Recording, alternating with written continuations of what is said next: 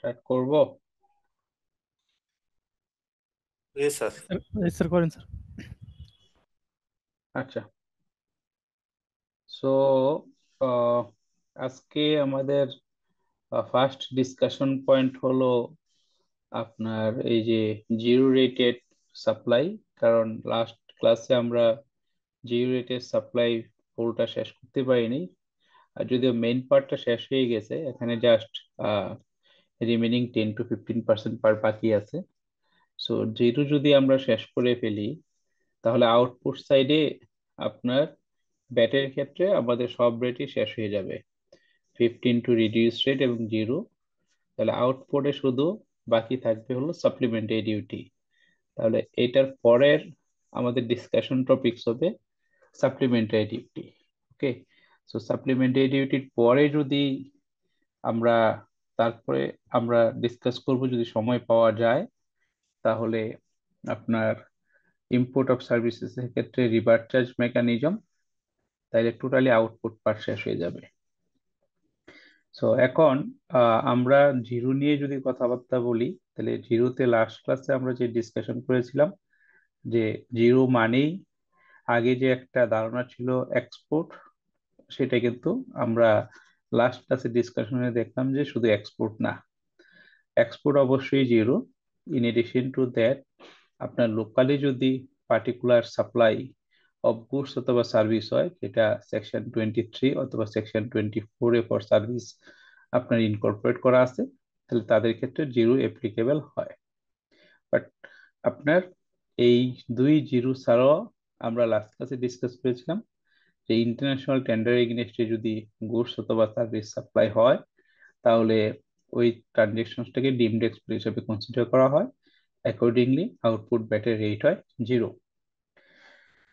ওইটার যখন এই তিনটা টপিকস নিয়ে যখন লাস্ট ক্লাসে আমরা ডিসকাস করতেছিলাম, তখন আমরা একটা ফ্লো চার্ট দেখছিলাম যে তিন ধরনের ম্যানুফ্যাকচারদের মধ্যে who is the exporter, who is the deemed exporter and who is the backward linkage industry.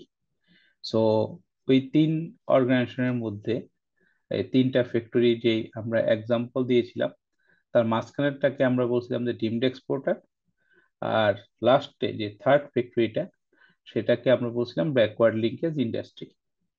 So মাঝখানে যে ফ্যাক্টরিটা, সেটার ক্ষেত্রে আমরা বলছিলাম যে যে এক্সপোর্টার আর ফার্স্ট যে ফ্যাক্টরি, তার সাথে যে রিলেশনটা হতে হবে back to back LC in foreign currency, inland back to back LC in foreign currency.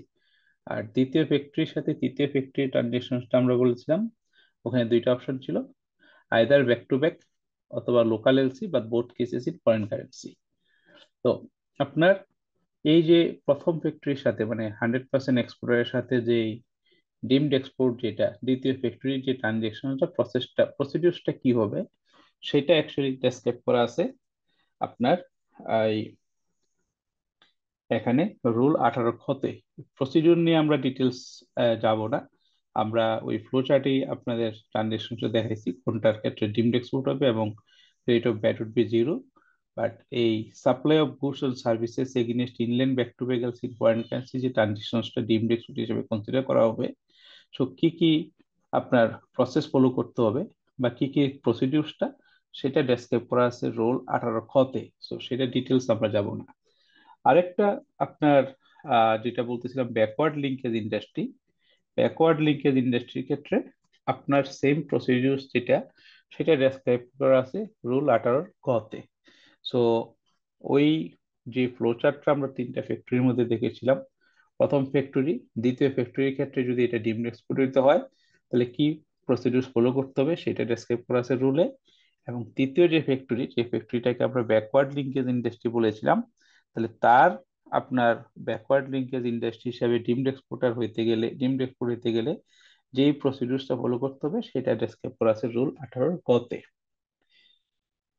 দেন একটা এসআরও আছে, যে এসআরওটা আপনার ইন্ডাস্ট্রি স্পেসিফিক, মানে 188 এসআরও বললে আমরা কমনলি চিনি। আগে আপনার ওল্ড আইনে এটা ছিল 155 2005 সালে। সো এই এসআরওটা আপনার তিনটা ইন্ডাস্ট্রির ক্ষেত্রে বেনিফিট দেওয়া হয়েছে এবং তিনটা স্টেজ হিসেবে বেনিফিট দেওয়া হয়েছে। তিনটা আপনার যদি দেখি, তিনটা স্টেজে, একটা হলো 100% এক্সপোর্টার যারা তারা, 100% ডিমড এক্সপোর্টার যারা তারা, এবং অর্গানাইজেশন সিচুয়েটেড ইন ইপিজেড, ইপিজেডে যে অর্গানাইজেশন গুলো আছে তারা এই এক্সেম্পশনের বেনিফিটটা পাবেন। সো এই যে এক্সেম্পশনের যে বেনিফিটটা পাবেন এটাকে তিনটা ভাগে ভাগ করা আছে। একটা হলো আপনার স্টেজ গুডসের ক্ষেত্রে ম্যানুফ্যাকচারিং স্টেজে ইউজ হবে, একটা হলো সার্ভিস ম্যানুফ্যাকচারিং স্টেজে ইউজ হবে, আরেকটা হলো আপনার ইম্পোর্ট স্টেজে, আপনার both at import stage and manufacturing স্টেজে আপনার ইউজ হবে। এই ধরনের সার্ভিসকে আপনার এক্সেম্পশন হিসেবে কনসিডার করা হয়েছে as per SRO 188, only for আপনার তিন ধরনের অর্গানাইজেশন থেকে: 100% এক্সপোর্টার, 100% ডিমড এক্সপোর্টার, আর অর্গানাইজেশন সিচুয়েটেড ইন ইপিজেড। ডিটেলসটা নিয়ে আমরা যাব না, এখানে ডিটেলস আপনাদের টেবিল দেওয়া আছে, এসআরওটা যদি দেখেন, এসআরও রেফারেন্স এখানে আছে, আমি শেয়ার করে দিব। তো ওখানে যেই যে গুডস অথবা যেই যে সার্ভিসগুলা ডেসক্রাইব করা আছে, ওই সার্ভিসগুলো যদি পারচেস করে বাই তিন ধরনের অর্গানাইজেশন, এই তিন ধরনের অর্গানাইজেশন, তাহলে তাদের ক্ষেত্রে আপনার ভ্যাট এক্সেম্পশন বেনিফিট অ্যাভেল করবে। তো এই হলো টোটালি জিরো নিয়ে আপনার জিরো ও export, deemed export, backward linkage industry and also local supply ক্ষেত্রে জিরো নিয়ে আপনার ডিসকাশন। এখন আপনার যদি ইম্পোর্টের কথা বলি, এই যে জিরো নিয়ে তখন কথা বললাম, তো জিরো হলো কিছু এক্সপোর্ট হচ্ছে, কিছু লোকাল সাপ্লাই হচ্ছে। ওকে, তাহলে যখন আপনার এই জিরো রিলেটেড গুডস ম্যানুফ্যাকচার করা হবে, তাহলে ম্যানুফ্যাকচার করতে গেলে কি করতে হবে? র মেটেরিয়ালস পারচেস করতে হবে, প্যাকিং মেটেরিয়ালস পারচেস করতে হবে, সার্ভিসও পারচেস করতে হবে। So raw materials, packing material অথবা সার্ভিস পারচেস করার ক্ষেত্রে সোর্স কি? সোর্স দুইটা, একটা হলো ইম্পোর্ট আপনার, আর একটা হলো আপনার লোকালি পারচেস। এখন ইম্পোর্ট যদি হয়, তাহলে ইম্পোর্টের ক্ষেত্রে আপনার কি করতে হয়? 6 ধরনের ডিউটিস এন্ড ট্যাক্সেস পে করতে হয়। আপনার সিডি, আরডি, এসডি, ভ্যাট, এইটি, এটি, এই 6 ধরনের ডিউটিস এন্ড ট্যাক্সেস এর মধ্যে আপনার কাস্টম ডিউটি, সিডি এবং আরডি রেগুলেটরি ডিউটি, এই দুই ধরনের ডিউটি আপনার কালেকশন হয় কাস্টম সেক্টর আন্ডারে। আর আপনার ভ্যাট, এটি এবং সাপ্লিমেন্টারি ডিউটি কালেকশন হয় ভ্যাট অ্যাক্টের আন্ডারে, ভ্যাট এন্ড এসডি অ্যাক্ট 2012। আর এআইটি যেটা আছে এটা কালেক্ট করা হয় আপনার কি ইনকাম ট্যাক্স অ্যাক্ট 2023 এর আন্ডারে। এখন এই যে 6 ধরনের আপনার ডিউটিস এন্ড ট্যাক্সেস, তো এই 6 ধরনের ডিউটিস এন্ড ট্যাক্সেস থেকে কিন্তু আমরা নর্মালি দেখি কি, যখন লোকালি কোনো একটা গুডস ম্যানুফ্যাকচার করে লোকালি সেল করা হয়, তার মধ্যে আপনার তিনটা এলিমেন্ট কস্ট হিসেবে দেখি: custom duty, regular duty, supplementary duty, always cost. আর ভ্যাট, এটি আর এআইটির মধ্যে এআইটি ইনকাম ট্যাক্স লায়াবিলিটির সাথে অ্যাডজাস্ট হয়।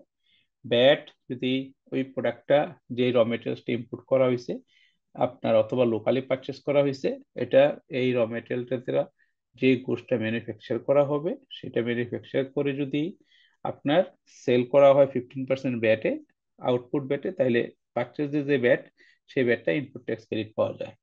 আর এটি যেটা, এটি অলওয়েজ আপনার decreasing adjustment. So decreasing adjustment নিয়ে আমরা এখানেও ডিসকাশন করি নাই, সো সাবসিকুয়েন্টলি ডিসকাশন করব। সো এক্সপোর্ট অফ গুডস এর ক্ষেত্রে এটি অলওয়েজ ডিক্রিজিং অ্যাডজাস্টমেন্ট। আর তাহলে বাকি রইল কি? বাকি রইল হলো আরো 5টা এলিমেন্ট আপনার কি কি? সিডি, আরডি, এসডি, ভ্যাট আর এআইটি। এআইটি নিয়ে তো ইনকাম ট্যাক্স লাইবিলিটির সাথে অ্যাডজাস্ট হবে, তাহলে এআইটি গেল, এটি গেল, এআইটি গেল। ভ্যাট আপনার এক্সপোর্টের ক্ষেত্রে, এক্সপোর্ট অফ গুডস এর ক্ষেত্রে যখন জিরো রেটে আপনার সাপ্লাই হবে, এটার ক্ষেত্রে সেকশন 46 এ বলা আছে আপনার ইনপুট ট্যাক্স ক্রেডিট ক্লেম করা যাবে। তাহলে এই যে জিরো, জিরোর কিন্তু দুইটা পার্ট, একটা হলো এক্সপোর্ট আর একটা হলো লোকালি সাপ্লাই। জিরোর শুধুমাত্র এক্সপোর্টটার ক্ষেত্রে ইনপুট ট্যাক্স ক্রেডিট ক্লেম করা যাবে as per section 46, but zero যেটা লোকালি সাপ্লাই হবে, এটার ক্ষেত্রে ইনপুট ট্যাক্স ক্রেডিট ক্লেম করা যাবে না।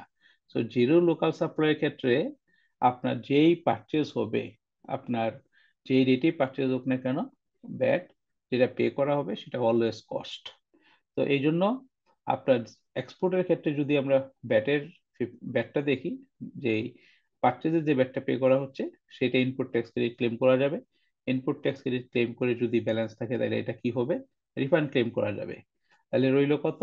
এসডি রইল, এসডির ক্ষেত্রে এক্সপোর্ট যদি হয়, কোনো গুডস এক্সপোর্ট হইলো, ওই গুডস ম্যানুফ্যাকচার করতে যদি কোনো র মেটেরিয়াল পারচেস করলে সাপ্লিমেন্টারি ডিউটি ইম্পোস্টে পে করা হয়, তাহলে ওই সাপ্লিমেন্টারি ডিউটিটা ডিক্রিজিং এডজাস্ট হিসেবে ক্লেম করা যায়। তার মানে এক্সপোর্টের ক্ষেত্রে সাপ্লিমেন্টারি ডিউটিটা ডিক্রিজিং এডজাস্ট হিসেবে ক্লেম করা যাবে, কস্ট হিসেবে কনসিডার করা হবে না। তাহলে বাকি রইল কি? সিডি এবং আরডি, কাস্টম ডিউটি এবং রেগুলেটরি ডিউটি। এই কাস্টম ডিউটি এবং রেগুলেটরি ডিউটির ক্ষেত্রে আমরা বলছি যে এই দুইটা ডিউটি কালেক্ট করা হয় কাস্টম সেক্টর আন্ডারে, এবং এই দুইটা ডিউটি কালেক্ট করার জন্য আপনার একটা ডিউটি ড্রব্যাকের একটা রুলস আছে, যেটা আপনার ডিউটি ড্রব্যাক প্রসিডিউরস, আপনার ডিউটি ড্রব্যাক রুলস 2021, যেটা with effect from 1 July of 2019। ওই বেসিসে আপনার এই কাস্টম ডিউটি এবং রেগুলেটরি ডিউটিটা কি করতে হবে? ড্রব্যাক ক্লেম করতে হবে টু ডেডু, ডিউটি এক্সেম্পশন এন্ড ড্রব্যাক অফিসে। সো এই হলো আপনার, যদি একটা কোনো ম্যানুফ্যাকচারার কোনো গুডস ম্যানুফ্যাকচার করে এক্সপোর্ট করে, তাহলে এক্সপোর্টের ক্ষেত্রে যেহেতু রেট অফ ভ্যাট জিরো, তাইলে ওই ম্যানুফ্যাকচারার ইম্পোর্ট করার সময়, যদি র মেটেরিয়াল ইম্পোর্ট করার সময় 6 ধরনের ডিউটি যেই নর্মালি আছে, এই 6 ধরনের ডিউটি, যদি 6 ধরনের ডিউটি পে করে, তাহলে কোনোটাই তার কস্ট এলিমেন্ট হিসেবে কনসিডার করা হবে না। এক একটা এক এক লয়ের আন্ডারে যে প্রসিডিউর ডেসক্রাইব করা আছে, সেই প্রসিডিউরসের বেসিসে আপনার এটা কি করা যাবে? আইদার আপনার রিফান্ড, এই ড্রব্যাক ক্লেম করা যাবে, অথবা ইনপুট ট্যাক্স ক্রেডিট ক্লেম করা যাবে, অথবা অ্যাডজাস্টমেন্ট নেওয়া যাবে। সেই বেসিসে প্রত্যেকটাই কিন্তু আলটিমেটলি আপনি গভর্নমেন্টের কাছ থেকে ফেরত পাবেন, মানে গভর্নমেন্টের কাছ থেকে ব্যাক পাবেন। সো এই জন্য এক্সপোর্টের ক্ষেত্রে আপনার রেট অফ ব্যাট আউটপুটে যেমন জিরো, ইনপুটের ক্ষেত্রেও তাহলে ওই ডিউটিস এন্ড ট্যাক্সেস যেগুলো পে করবে সেগুলা আপনার ব্যাক পাওয়ার প্রভিশনস আছে as per the provisions of the VAT and customs act. This is clear? Yes sir. Okay, so this এই হলো আপনার জিরো। তাহলে টোটাল ওভারঅল জিরো। জিরো নিয়ে যদি আপনাদের কোনো কোশ্চেন না থাকে, তাইলে আমরা আউটপুট সাইডে সাপ্লিমেন্টারি ডিউটির পার্টে চলে যাব। Any question? No question, good.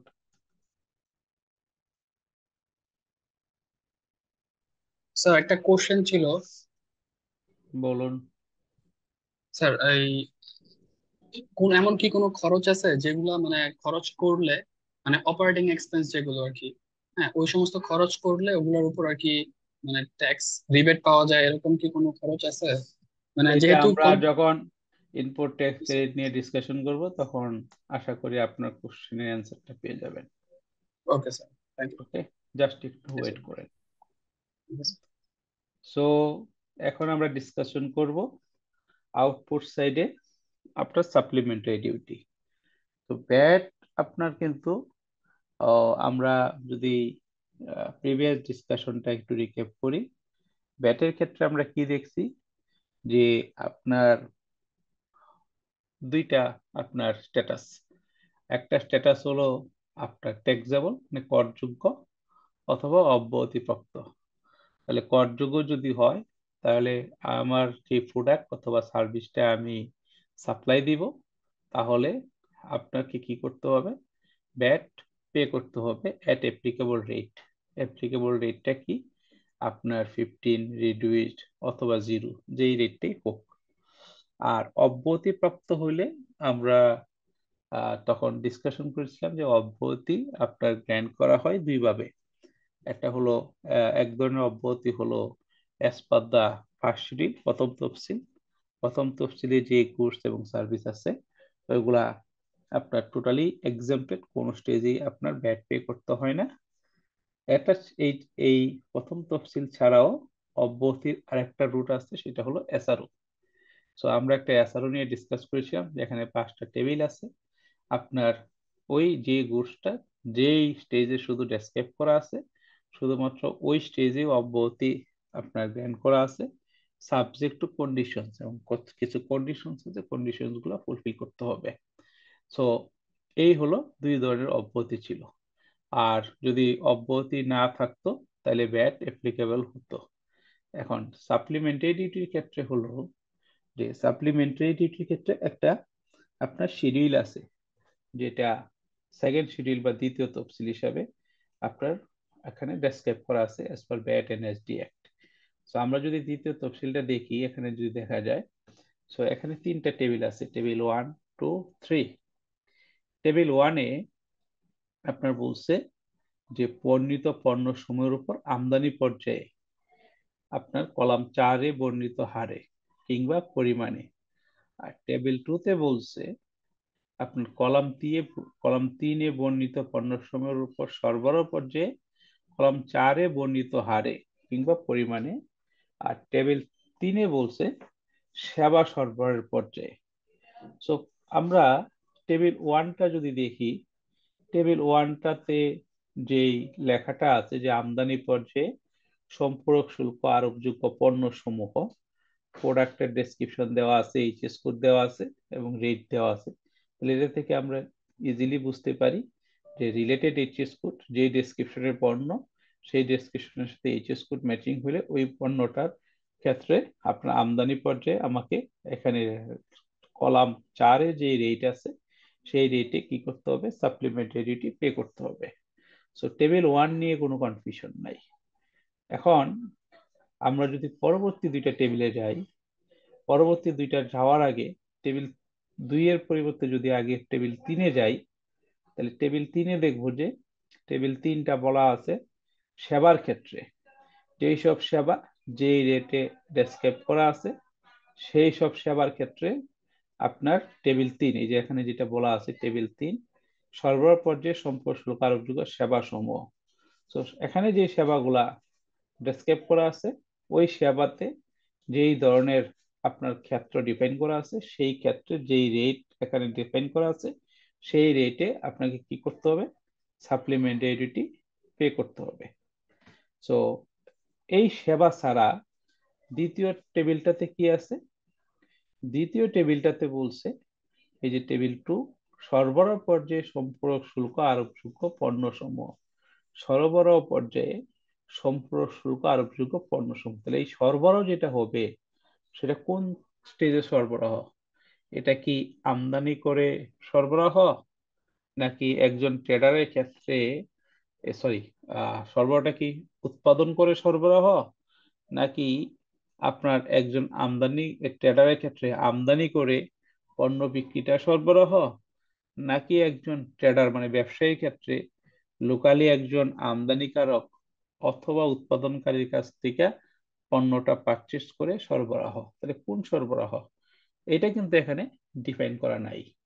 তাইলে এইটা এখানে এই ওয়ার্ডিং এ যেহেতু ডিফাইন করা নাই, তাইলে আমরা জেনারেলি কি ধরবো, যখন এখানে এই যে পণ্য এই টেবিল 2-তে আছে সেই পণ্য যখনই সরবরাহ হবে তখনই ওই যে রেট আছে সেই রেটে, কলাম 4-এ যে রেট আছে সেই রেটে আপনার কি করতে হবে, সম্পূরক শুল্ক সাপ্লিমেন্টারি পে করতে হবে, রাইট? এটা এই যদি আমরা প্লেন রিডিং দেখি, ওয়ার্ডিং দেখি, তাহলে এখানে কোনো সন্দেহ নেই, একবারে ক্লিয়ার।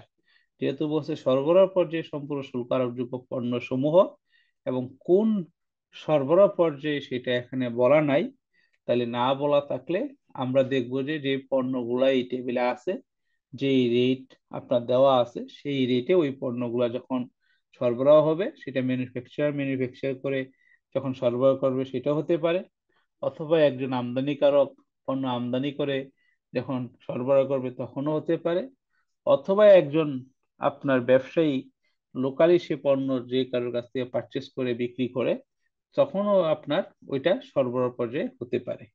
তাহলে এইটার সলিউশনটা যদি আমাদেরকে পেতে হয় তাহলে আমাদেরকে যেতে হবে আপনার সাপ্লিমেন্টারি ডিউটি রিলেটেড যেই প্রভিশনস আছে ডেসক্রাইব করা আছে সেই প্রভিশনসে যেতে হবে। সেকশন 55 ওখানে আপনার একটা কথা বলা আছে, প্রথম বলা আছে no supplementary duty shall be imposed on import of goods if such goods are imported for export and not for home consumption, on the supply of goods or services provided that are zero rated।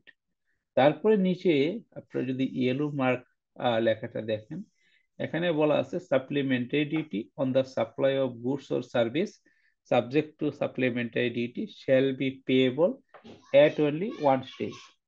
তার মানে বলছে যে যে কোনো এক স্টেজে মাত্র সম্পূরক শুল্ক প্রদান করতে হবে, পে করতে হবে। ব্যাটের ক্ষেত্রে কিন্তু কনসেপ্টটা তাই না। ব্যাটের ক্ষেত্রে যতবার আপনার সাপ্লাই হবে মানে হাত বদল হবে ততবারই কিন্তু আপনাকে ব্যাক পে করতে হবে। বাট সাপ্লিমেন্টারি ডিউটির ক্ষেত্রে কিন্তু ক্লিয়ারলি বলে দিছে যে সাপ্লিমেন্টারি ডিউটি শুধু পে করতে হবে একটা স্টেজে।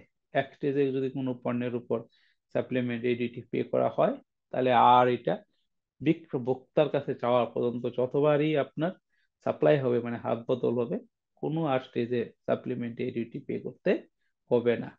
যেমন আমি যদি একটা এক্সাম্পল দিই, মনে করেন একজন ম্যানুফ্যাকচারার আপনার শ্যাম্পু ম্যানুফ্যাকচার করে, তাহলে শ্যাম্পু ম্যানুফ্যাকচার করে যখন এই শ্যাম্পুটা ম্যানুফ্যাকচারার তার ডিস্ট্রিবিউটরকে দিয়ে সাপ্লাই দিবে, তখন ম্যানুফ্যাকচারার কি করবে, যদি ওই টেবিল টুতে আপনার এই শ্যাম্পু প্রোডাক্টটা থেকে থাকে তাইলে তখন যেই রেটে আপনার যে রেট থাকবে সেই রেটে ম্যানুফ্যাকচারার যখন তার ডিস্ট্রিবিউটরকে প্রোডাক্টটা সাপ্লাই দিবে তখন ব্যাট চার্জ সাপ্লিমেন্টারি চার্জ করবে। কিন্তু ডিস্ট্রিবিউটর যখন তার ডিলারকে বা হোলসেলারকে, আবার হোলসেলার যখন রিটেলারকে দিবে তখন কিন্তু আর আপনার সাপ্লিমেন্টারি ডিউটি অ্যাড হবে না, কারণ এখানে যেহেতু বলছে এক স্টেজে হবে। কিন্তু ব্যাটের ক্ষেত্রে কিন্তু আবার ভিন্ন, উল্টা, মানে উল্টা বলবো না, ভিন্ন। ভিন্নটা কি, যত স্টেজে আপনার সাপ্লাই হবে যতই হাত বদল হবে প্রত্যেকটা স্টেজে আপনাকে কি করতে হবে, ব্যাট পে করতে হবে। তাইলে যদি এখানকার এই ওয়ার্ডিং থেকে আমরা বুঝি যে এক স্টেজে পে করতে হবে, তাইলে ওখানে বলা আছে সর্বশেষ স্টেজে, তাহলে কিভাবে বুঝবো যে কোন স্টেজে পে করতে হবে? তাহলে এটা একটু সহজ কম্পারেটিভলি। কিরকম সহজ, যে আপনার যখন আমরা গুডস বিক্রি করি তাইলে আমাদের তিনটা সোর্স থাকতে পারে। কি কি তিনটা সোর্স? একটা সোর্স হলো আপনার আমদানি করে লোকালি বিক্রি করা, আর একটা সোর্স হলো আমি পণ্যটা ম্যানুফ্যাকচার করে সাপ্লাই দেওয়া মানে সরবরাহ করা, আর একটা সোর্স হলো যে আমি লোকালি আরেকজনের কাছ থেকে পারচেস করে সে সে হয়তো ম্যানুফ্যাকচার থেকে পারচেস করছে, অথবা আপনার আমদানিকারক কাছ থেকে পারচেস করছে, অথবা আরেকজনের কাছ থেকে পারচেস করছে, তার থেকে পারচেস করে বিক্রি করা। তাহলে তিনটা সোর্স পাইলাম। তিনটা সোর্সের কাছে প্রথম দ্বিতীয় সোর্সটা যদি আসি, যে আমদানিটা বাদ দিয়ে যদি দ্বিতীয়টায় আসি, যে উৎপাদকের কাছ থেকে পারচেস করছে, তাহলে উৎপাদকের ওই টেবিল টুতে যদি ওই পণ্যটা থাকে তাহলে ওই উৎপাদক তো যখন সাপ্লাই দিবে তখন ব্যাট এই সাপ্লিমেন্টারি পে করে সাপ্লাই দিবে। তাহলে ওই পণ্যটা যখন ট্রেডার পারচেস করে সেল করবে তাহলে এক স্টেজে কিন্তু সাপ্লিমেন্টারি পেয়ে গেছে, তাহলে আর পরবর্তী স্টেজে দিতে হচ্ছে না। তাহলে এই থেকে আমরা বুঝতে পারতেছি যে আপনার দ্বিতীয় যেই টেবিলটা, এই টেবিলটা উৎপাদনকারী হতে পারে, যদি একটা দেখলাম। আবার তৃতীয় স্টেজে যেটা বললাম যে আপনার কোনো ব্যবসায়ী লোকালি যে কারোর কাছ থেকে পারচেস করে, তাহলে যে কারোর কাছ থেকে পারচেস করলে কি লোকালি ম্যানুফ্যাকচার্ড গুড পারচেস করলে তো ম্যানুফ্যাকচারার সাপ্লিমেন্টারি পে করেই দিছে। আবার যদি ইম্পোর্টেড গুডস পারচেস করে তাহলে এই ক্ষেত্রে হলো আমদানির সময় আপনার ওই গুডসটার উপর কিন্তু সাপ্লিমেন্টারি পে করা হয়েছে। তাহলে আমদানির সময় যদি সাপ্লিমেন্টারি পে করা হয় তাহলে যখন ওই গুডসটা আবার বিক্রি হবে, তাহলে যেহেতু বলছে এক কেজি আপনার পে করতে হবে, তাইলে কিন্তু আর সাবসিকুয়েন্টলি আমদানি করা পণ্যটা আবার যখন বিক্রি করবে তখন আপনার সাপ্লিমেন্টারি পে করতে হবে না।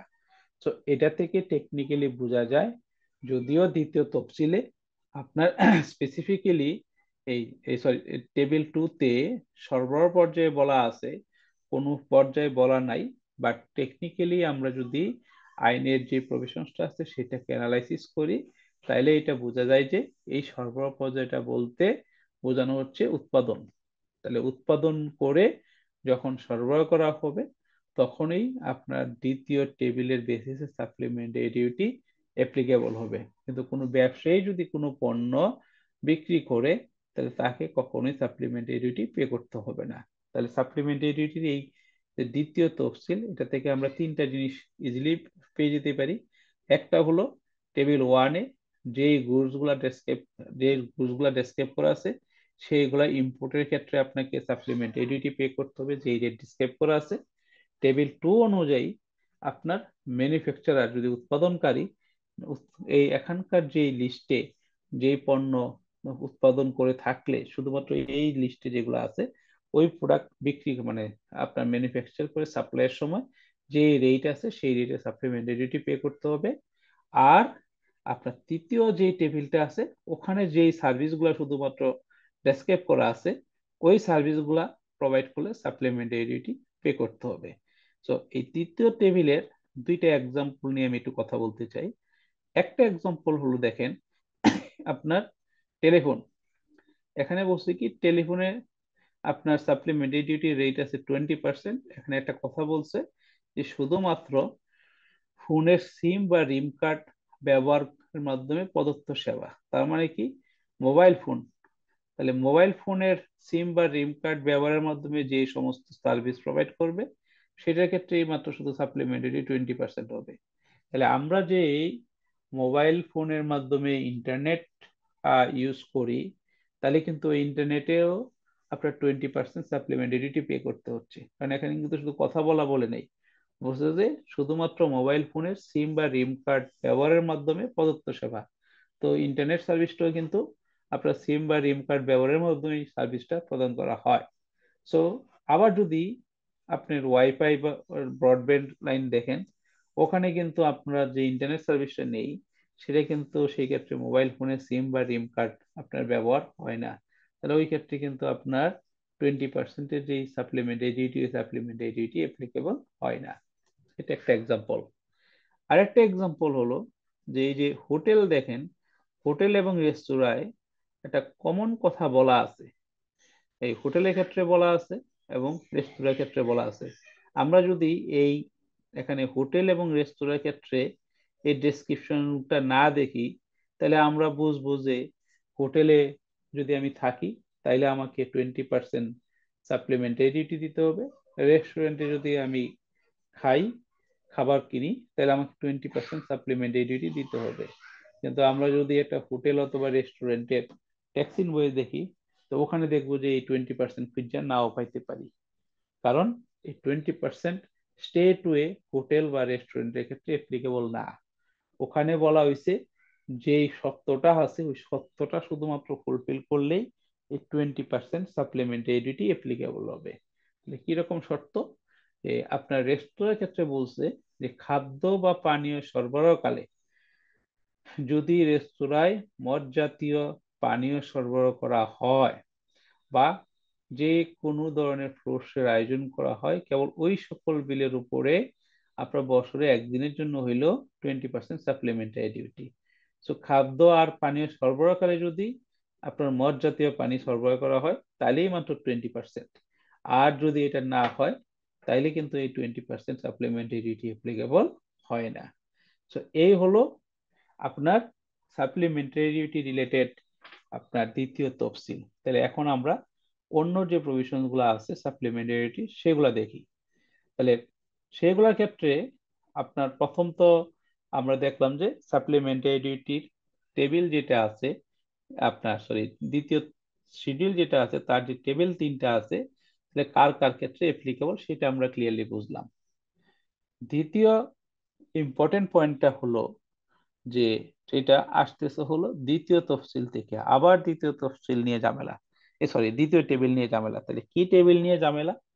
দ্বিতীয় টেবিলে যদি আমরা দেখি দ্বিতীয় টেবিলে আপনার কি আছে যদি একটু দেখি যে এখানে এই যে দ্বিতীয় টেবিলটা যেহেতু সরি উৎপাদন স্টেজে প্রযোজ্য সেখানে আছে আপনার কোক পাস্তা বা লাজারোনা, ফলের রস ও ফ্রুট ড্রিঙ্ক, তারপর আপনার আছে সকল ধরনের আইসক্রিম, আপনার বার্গার স্যান্ডউইচ এই ধরনের product, mineral water, carbonated beverage, তারপর আপনার তামাকযুক্ত সিগারেট, আপনার বিড়ি, জর্দা, গুল, আপনার প্রাকৃতিক গ্যাস, পেইন্টস, তারপর কসমেটিক্স, এরকম আরো কতগুলা আপনার প্রোডাক্ট এখানে ডেসক্রাইব করা আছে এই দ্বিতীয় টেবিলে। এখন এখানকার একটা জায়গা একটা আপনার কনফিউশন ক্রিয়েট হয় অনেক ক্ষেত্রে। যেমন দেখেন এই যে সিগারেটের ক্ষেত্রে যদি আমরা দেখি মানে টোবাকো রিলেটেড গুডসের ক্ষেত্রে যদি দেখি, এখানে 4টা আপনার প্রোডাক্ট ক্যাটাগরি আছে, 4টা এইচএস কোডের আন্ডারে। একটা হলো তামাকযুক্ত সিগারেট, একটা হলো হাতে বা অযান্ত্রিক পদ্ধতিতে তৈরি বিড়ি, একটা আছে জর্দা। জর্দার ক্ষেত্রে বলা আছে প্রতি 10 গ্রামের খুচরা মূল্য 40 টাকা, অর্থাৎ প্রতি গ্রাম 4 টাকা। গোল বলা আছে, গোলে বলা আছে প্রতি 10 গ্রামে খুচরা মূল্য 20 টাকা, অর্থাৎ প্রতি গ্রাম 2 টাকা। রেট আছে 55%, তার মানে সিগারেটের ক্ষেত্রে 66%, আপনার বিড়ির ক্ষেত্রে আপনার 40%, আর জর্দা এবং গুড়ের ক্ষেত্রে 55%। তো আমরা যখন এই দ্বিতীয় তফসিলটা দেখব এবং সাপ্লিমেন্ট, এই দুইটি আমি যে প্রোডাক্টটা নিয়ে বিজনেস করি সেটার ক্ষেত্রে অ্যাপ্লিকেবল কি না কি হইলে কত রেট, সেটার জন্য আমরা ডিরেক্টলি কিন্তু এই দ্বিতীয় তফসিলটা দেখি। কিন্তু এই এখানকার যে এই যে টোবাকো রিলেটেড প্রোডাক্ট গুলো আছে, এই টোবাকো রিলেটেড প্রোডাক্টের ক্ষেত্রে এখানে যে রেট গুলা ডেসক্রাইব করা আছে, এই রেট গুলার কিছুটা আপনার চেঞ্জ হয়। কিরকম? যেমন আমরা যদি প্রেজেন্টেশনে যাই, প্রেজেন্টেশনে আমরা 2টা প্রোডাক্ট নিয়ে আসছি। একটা হলো আপনার সিগারেট, আর একটা নিয়ে আসছি বিড়ি। সিগারেটে দেখলাম যে 66% আছে, বিড়িতে দেখলাম যে আমরা 40% আছে। এবং এটার সাথে আপনার একটা এসআরও হয়, প্রত্যেক বছরই আপনি দেখবেন যে বাজেটে এই এসআরওটা হয়। ওখানে আপনার একটা আহ, থাকে, বলা থাকে যে ওই এসআরওতে যে যে প্রোডাক্টের আপনার রেট ডিফাইন করা আছে তার থেকে এডিশনালটা হলো অব্যাহতি। তো তার মানে আপনার এখানে দেখেন এই সিগারেট যেটা, সিগারেটটাকে আবার আপনার বেসড অন আপনার ক্যাটাগরি, লো স্ল্যাব, মিডিয়াম স্ল্যাব, এইভাবে আপনার রেটটাকে আবার ডিফাইন করা হয়েছে। তো দেখেন এখানে এই 4 ধরনের সিগারেট কি ক্যাটাগরাইজ করে রেট করা হয়েছে 60, 65.5, 65.5, 65.5। আর আমার দ্বিতীয় তফসিলের টেবিল 2 তে রেট আছে কত? 66। তার মানে সিগারেট এবং এই জর্দা অথবা গুল এদের ক্ষেত্রে আপনার শুধুমাত্র দ্বিতীয় তফসিলটা দেখলেই হবে না, দেখতে হবে যে এদের রেটের ক্ষেত্রে কোনো এসআরও আছে কিনা এবং এসআরওর মাধ্যমে আপনার কোনো এক্সেমশন দেওয়া আছে কিনা। তো এই এসআরও যেটা আছে সেটার মাধ্যমে প্রত্যেক বছর বাজেটে এই এসআরওটা চেঞ্জ হয় নর্মালি। ওখানে বলা থাকে যে এই রেটের মানে এই মনে করেন 60%, এই 60-র উপরে এই প্রোডাক্টের ক্ষেত্রে যে রেটটা আছে সেটা অব্যাহতি, তার মানে 66-এর জায়গায় 60 হবে। এবং এই বিড়ির ক্ষেত্রে দেখেন, বিড়িকেও আপনার ক্যাটাগরাইজ করা হয়েছে অ্যাজ পার স্টিক। তো এখানে দেখেন 3 ধরনের বিড়ির ক্ষেত্রে আপনার 30%, আর 2 ধরনের ক্ষেত্রে 40%। আমরা যদি দ্বিতীয় তফসিল দেখি, বিড়ির ক্ষেত্রে জেনারেল রেট কিন্তু 40, কিন্তু ওই এসআরও দ্বারা বলা হয়েছে এই যে 30%-এর উপরে যেই আপনার রেটটা আছে সেটা অব্যাহতিপ্রাপ্ত। সো এই এই হলো একটা পয়েন্ট, যে আমরা এই টোবাকো রিলেটেড প্রোডাক্ট, পার্টিকুলারলি বিড়ি এবং সিগারেটের ক্ষেত্রে জর্দা এবং গুলে চেঞ্জ হয় না রেটটা। সো এই ক্ষেত্রে আপনার এই রেট যেটা আছে সেই রেটটা এসআরওর মাধ্যমে চেঞ্জ করতে পারে। এটা হলো একটা। দ্বিতীয় আরেকটা পয়েন্ট হলো যে আপনার ভ্যালু। আমরা ওখানে দেখে আসলাম কি, যে যখন আমরা এই দ্বিতীয় তফসিলের টেবিল 2টা দেখতেছিলাম, যে এখানে দেখেন আপনার একটা ভ্যালু বলা আছে যে 10 গ্রাম জর্দার ক্ষেত্রে বলছে প্রতি 10 গ্রাম খুচরা মূল্যে আপনার 40 টাকা, অর্থাৎ প্রতি গ্রাম 4 টাকা। আর গুলের ক্ষেত্রে বলা আছে প্রতি 10 গ্রামের খুচরা মূল্য 20 টাকা, অর্থাৎ প্রতি গ্রাম 2 টাকা। টোবাকো রিলেটেড গুডসের ক্ষেত্রে আপনার এই প্রাইসটা, এমআরপিটা ডিটারমাইন করে আপনার এনবিআর। সো এই জন্য আপনার এখানে এই প্রাইস যেটা কি হবে সেটার একটা আপনার রেট দেওয়া আছে, যে আপনার কোনটার ক্ষেত্রে কতটুকু হতে পারে। সো এইটার একটা এসআরও আছে, যে আপনার প্রাইসিং কি হবে, এমআরপিটা কি হবে, সেটার আপনার এই এসআরওর বেসিসে আপনার প্রাইসটাকে ডিটারমাইন করা হয়। যেমন আপনার যদি দেখেন এই যে জর্দা এবং গুলের ক্ষেত্রে, এই জর্দার ক্ষেত্রে আপনার বলা আছে যে আপনার পার 10 গ্রামের জন্য 48 টাকা, গুলের ক্ষেত্রে পার 10 গ্রামের জন্য 25 টাকা। সিগারেটের ক্ষেত্রে, বিড়ির ক্ষেত্রে বলা আছে যে 8 স্টিকের হলে 6 টাকা, এবং সিগারেটের ক্ষেত্রে বলা আছে লোয়ার স্ল্যাবে যদি হয় আপনার এটা 50 টাকায় নেবো হবে। বাট যেহেতু পরে আবার 70 থেকে শুরু হয়েছে, তার মানে 70-এর মধ্যে থাকতে হবে, 70-এর আগেই থাকতে হবে। তো এইভাবে আপনার এমআরপিটাও সিগারেটে ডিটারমাইন করা থাকে বাই এনবিআর। সো এই দুইটা হলো সিগারেটের ক্ষেত্রে বৈশিষ্ট্য। এই প্রাইসটা নিয়ে আমরা আরেকটু পরে আরেকটু ডিসকাশন করতেছি।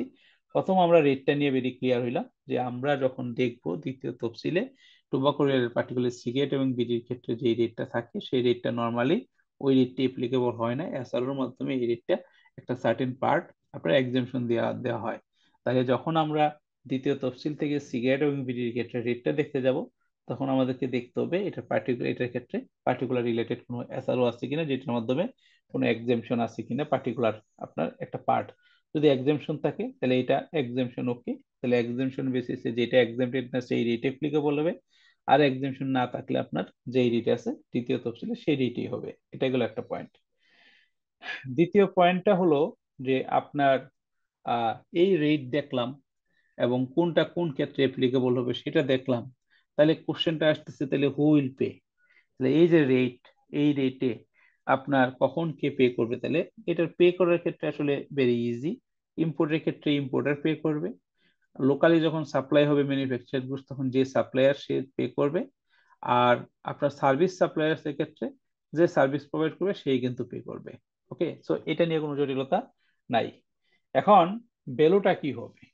তাহলে এখন এই ভ্যালুটার ক্ষেত্রে একটা কোশ্চেন আসে যে যদি আমার একটা প্রোডাক্ট, যে প্রোডাক্টটা আমি ম্যানুফ্যাকচার করে বিক্রি করব, সাপোজ আমি যদি এখানে একটা এক্সাম্পল দিই শ্যাম্পু, আপনারা যদি এই ইয়েটা দেখেন, এই টেবিল 2টা দেখেন, ওখানে আপনার আপনার কি সাপ্লিমেন্টারি ডিউটি অ্যাপ্লিকেবল অন, যদি দেখি যে আপনার যদি আপনার পেইন্টসই ধরে নিলাম যে 5% আপনার সাপ্লিমেন্টারি ডিউটি আছে, ঠিক আছে?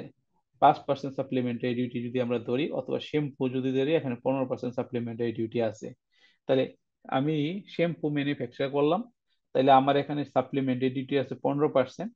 আবার আমি যদি ম্যানুফ্যাকচারিং করি শ্যাম্পুটা, তাহলে আমাকে ব্যাট পে করতে হবে 15% হারে।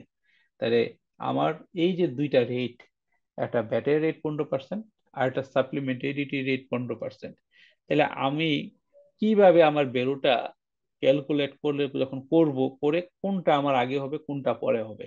আগে কি আমি ব্যাটটা অ্যাড করব, তারপর total amount of supplementary add করব, নাকি আগে সাপ্লিমেন্টারি অ্যাড করব পরে ব্যাট অ্যাড করব, নাকি একটা বেজের উপরে ব্যাট অ্যাপ্লিকেবল হবে সাপ্লিমেন্টারিটিও অ্যাপ্লিকেবল হবে? এই কোশ্চেনটা কিন্তু চলে আসে।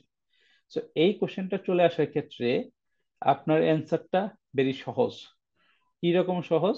সাপ্লিমেন্টারি ডিউটির ক্ষেত্রে বলা হয়েছে যে আপনার কনসিডারেশন থেকে ট্রান্সফ্যাকশন অফ কনসিডারেশন বাদ দিলে যেই ভ্যালুটা হবে সেই ভ্যালুটা হবে ইনক্লুসিভ অফ ব্যাট। আপনারা যদি একটু রিকল করেন, আমরা ফার্স্ট ক্লাসে ব্যাটের ক্ষেত্রে দেখছিলাম যে কনসিডারেশন মানে টোটাল পণ্য, একটা পণ্য বিক্রি করার পর যেটা পাই সব সহ সেটা হলো কনসিডারেশন। এই কনসিডারেশন থেকে আমরা ফার্স্ট ক্লাসে ডিসকাস করছিলাম যে ট্যাক্স ফ্যাকশন একটা ফর্মুলা আছে, আর ডিভাইড বাই 100 প্লাস আর। এই ফর্মুলা দিয়ে আপনার ব্যাটের অ্যামাউন্টটা বাদ দিলে কনসিডারেশন থেকে বাকি যেটা থাকবে সেটা হলো থাকবে বেলো, এবং ওই বেলোটাই আপনার এক্সক্লুডিং ব্যাট, যেটা ব্যাটের ক্ষেত্রে আমরা ডিসকাস করছিলাম ফার্স্ট ক্লাসে। এখন যদি সাপ্লিমেন্টারি ডিউটির ক্ষেত্রে হয় তাহলে কি হবে? তাহলে এখানে বলছে যে কনসিডারেশন থেকে ট্যাক্স ফ্যাকশন বাদ দিলে যে ভ্যালুটা হবে সেই ভ্যালুটা হবে inclusive of bat tax supplementary duty. Inclusive of supplementary duty থেকে সাপ্লিমেন্টারি ডিউটির অ্যামাউন্টটা বাদ দিলে যেটা হবে সেটা হবে এসডি চার্জেবল ভ্যালু। তার মানে এখান থেকে বোঝা যাচ্ছে যে আমার যে বেসটা, সেই বেসটার উপরে আপনার প্রথমে চার্জ হবে আপনার কি সাপ্লিমেন্টারি ডিউটি, তারপরে আপনার চার্জ হবে টোটালটার উপরে ব্যাট। তাহলে আমি যদি ধরি যে আমার ফ্যাক্টরিতে আমি যেই শ্যাম্পুটা ম্যানুফ্যাকচার করলাম কস্ট প্রফিট সহ 100 টাকা, তাইলে সাপ্লিমেন্টারি ডিউটি দেখলাম যে রেট ইজ 15%, তাহলে আমি 100-র সাথে 15% যদি অ্যাড করি তাহলে সাপ্লিমেন্টারি ডিউটি সহ এটার ভ্যালু হবে 115। তাহলে এই 115 উপরে 15% ব্যাট আমার অ্যাপ্লিকেবল হবে 15%। তো তার মানে যখন কোনো একটা প্রোডাক্টের ক্ষেত্রে ব্যাট এবং সাপ্লিমেন্টারি ডিউটি দুইটাই অ্যাপ্লিকেবল হয়, তখন যেই আমার টোটাল ভ্যালুটা excluding VAT and supplementary duty, ওইটার সাথে ফার্স্ট সাপ্লিমেন্টারি ডিউটি অ্যাড করা হয়, অ্যাড করে তারপর ব্যাটের অ্যামাউন্টটা অ্যাড করা হয় অন টোটাল।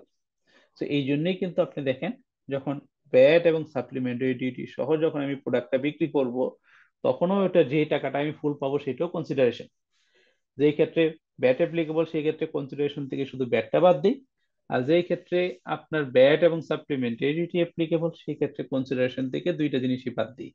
যেহেতু ব্যাটের অ্যামাউন্টটা পরে আপনার অ্যাড হয়েছে, তাহলে কনসিডারেশন থেকে ট্যাক্স ফ্যাকশন দিয়ে ব্যাটের অ্যামাউন্টটা বাদ দিলে যেটা হবে সেটা হবে ভ্যালু ইনক্লুসিভ অফ এসডি, এবং ভ্যালু ইনক্লুসিভ অফ এসডি থেকে আমি এসডির অ্যামাউন্টটা বাদ দিলে হবে এসডি চার্জেবল ভ্যালু।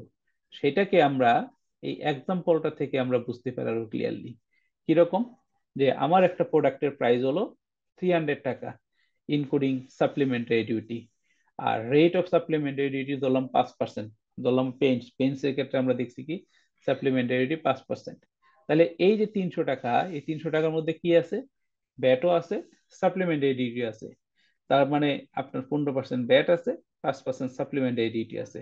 তাহলে প্রথমে যেহেতু আমরা ওখানে দেখছি যে আগে বেলুর উপরে সাপ্লিমেন্টারি ডিউটি হয়, তারপর সাপ্লিমেন্টারি ডিউটি সহ টোটালটার উপরে ব্যাট হয়, তাহলে আমি যখন ব্যাক ক্যালকুলেশনে যাব তাহলে ব্যাটেরটা আগে বাদ দিব, তারপর সাপ্লিমেন্টারি ডিউটি বাদ দিব, তারপর বেজ হবে ফরওয়ার্ড থেকে ব্যাকওয়ার্ড, ব্যাকওয়ার্ড থেকে ফরওয়ার্ড, যদি আমরা এইভাবে আসি তাহলে তাই হচ্ছে। তো এখন এই 300 টাকা থেকে যদি আমি আগে ব্যাটের টাকাটা বাদ দিই, তাইলে আপনার কনসিডারেশন লেস ট্যাক্স ফ্যাকশন কি, আপনার যদি 15% ব্যাটের রেট হয় তাহলে 15 / 100 + 15। তো এখান থেকে যদি আবার ট্যাক্স ফ্যাকশন দিয়ে এই যে ব্যাটের অ্যামাউন্টটা বাদ দেন তাহলে হলো 260 টাকা 87 পয়সা। তাহলে 260 টাকা 87 পয়সা যেটা আছে এটা হলো inclusive of supplementary duty.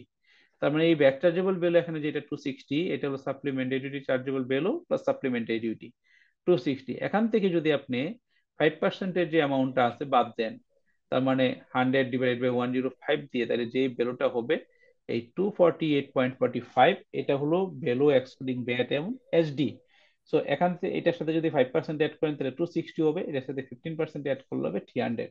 So this is the আপনার provisions for calculating the supplementary duty, যেটা আপনার আইনের ভাষায় যেটা বলা আছে যে value for imposition of supplementary duty in relation to import কি হবে বলা আছে, in relation to supply of goods or service বলা আছে, আর ইন রিলেশন টু আপনার important any goods where VAT is imposed on the basis of retail price, এটা আমরা পরে আসতেছি। তাইলে আমরা as per the provisions of the law rate কি হবে দেখলাম, রেট আমরা কোথায় পাবো দেখলাম, কোন ক্ষেত্রে রেটের ব্যতিক্রম আছে এসআরও দ্বারা সেটা দেখলাম, এবং কিভাবে বেসটা ক্যালকুলেশন করতে হয় সেটা দেখলাম।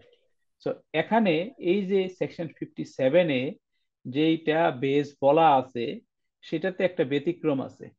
কি ব্যতিক্রম, প্রথমে আমরা কিন্তু আমি একটা কথা বলছিলাম যে যখন আমরা সাপ্লিমেন্টারি ডিউটি এবং ভ্যাট একটা প্রোডাক্টের দুইটাই অ্যাপ্লিকেবল হয়, তখন আমাদের একটা কোশ্চেন আসতে পারে কোনটা আগে কোনটা পরে, নাকি দুইটাই একসাথে।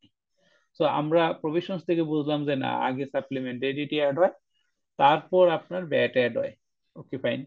কিন্তু একটা প্রোডাক্টের ক্ষেত্রে একটা পার্থক্য আছে, ভিন্নতা আছে, যেই ক্ষেত্রে এই সেম প্রাইজের উপরই ভ্যাটও অ্যাপ্লিকেবল হয়, সাপ্লিমেন্টারি ডিউটি অ্যাপ্লিকেবল হয়। সেটা কোনটা, সেটা হলো টোবাকো অ্যান্ড অ্যালকোহলিক গুডস। এই যে সিগারেট এবং বিড়ির ক্ষেত্রে আমরা কি বলছি, সিগারেট এবং বিড়ির ক্ষেত্রে আপনার প্রাইসটা এমআরপিটা কে ডিটারমাইন করে দেখলাম, আমরা এসআরওতে গিয়ে দেখলাম যে এনবিআর ডিটারমাইন করে। তাহলে এনবিআর যে প্রাইসটাকে এমআরপি হিসেবে বলতেছে, আপনার ওই একই প্রাইসের উপরেই আপনার ভ্যাটও অ্যাপ্লিকেবল হবে, সাপ্লিমেন্টারি ডিউটি অ্যাপ্লিকেবল হবে। যদি আপনি কোনো একটা প্রোডাক্টের এই প্রোডাক্টের আপনার এমআরপি হয় 100, যদি সেটার উপরে 15% ভ্যাট অ্যাপ্লিকেবল হয় তাহলে 100-এর উপরে 15%, আবার যদি এটার উপরে 15% সাপ্লিমেন্টারি ডিউটি অ্যাপ্লিকেবল হয় 100-এর উপরে 15%। নট লাইক দ্যাট আমরা আগে যেটা ক্যালকুলেশন দেখছি যে 100-এর সাথে 15 অ্যাড করে 115 উপরের ভ্যাট, সেটা কিন্তু এই আপনার স্পেশাল স্কিম বিদায় টোবাকো এবং অ্যালকোহল গুডস এর ক্ষেত্রে এটা অ্যাপ্লিকেবল ওইভাবে হয় না, সেম বেজের উপরে হয়, এবং এই জন্য এটা special scheme. So this are the আপনার supplementary duty related provision. So supplementary duty related provision যদি আমরা সামারি করি, তাহলে প্রথম হলো যে রেট কোথায় পাবো, দ্বিতীয় তফসিলে 3টা টেবিল বলা আছে, 3 ক্ষেত্রে অ্যাপ্লিকেবল। তারপর বেস কোথায় পাবো, বেস আপনার কোথায় বলা আছে? বেজ আপনার বলা আছে আইনে। সেখানে কিভাবে আইনে বলা আছে যে যে প্রোডাক্টের ক্ষেত্রে আপনার ব্যাট এবং সাপ্লিমেন্টারিটি একসাথে অ্যাপ্লিকেবল হয়, ফরওয়ার্ডে গেলে বেজের উপরে আগে সাপ্লিমেন্টারি ডিউটি অ্যাড হয়, সাপ্লিমেন্টারি ডিউটি সহ টোটাল বেরোটার উপরে ব্যাট অ্যাপ্লিকেবল হয়। আর ব্যাকওয়ার্ড ক্যালকুলেশনসে আসলে যেহেতু লাস্টে গিয়ে ব্যাট অ্যাড হয়ে কনসিডারেশন হয়েছে, তাহলে কনসিডারেশন থেকে ট্যাক্সপেকশন ফর্মুলা বাদ দিয়ে ব্যাট বাদ দিতে হয়। ব্যাট বাদ দিলে এটা সাপ্লিমেন্টারি ডিউটি সহ যে বেরোটা থাকে সেটা থেকে সাপ্লিমেন্টারি ডিউটির অ্যামাউন্ট বাদ দিলে বাকি অ্যামাউন্টটা হয় বেলো এক্সক্লুডিং ব্যাট এবং সাপ্লিমেন্টারি ডিউটি। তৃতীয় যে পয়েন্টটা সেটা হলো কিছু গুডসের উপরে এমআরপি বেসিসে আপনার সাপ্লিমেন্টারি ডিউটি অ্যাপ্লিকেবল হয়, সেগুলোর ক্ষেত্রে আপনার একই বেজের উপরে ব্যাট অ্যাপ্লিকেবল হয় এবং একই বেজের উপরে সাপ্লিমেন্টারি ডিউটি অ্যাপ্লিকেবল হয়। এই পর্যন্ত যদি কারো কোনো কোশ্চেন থাকে বলেন, দেন নেক্সটে যাব।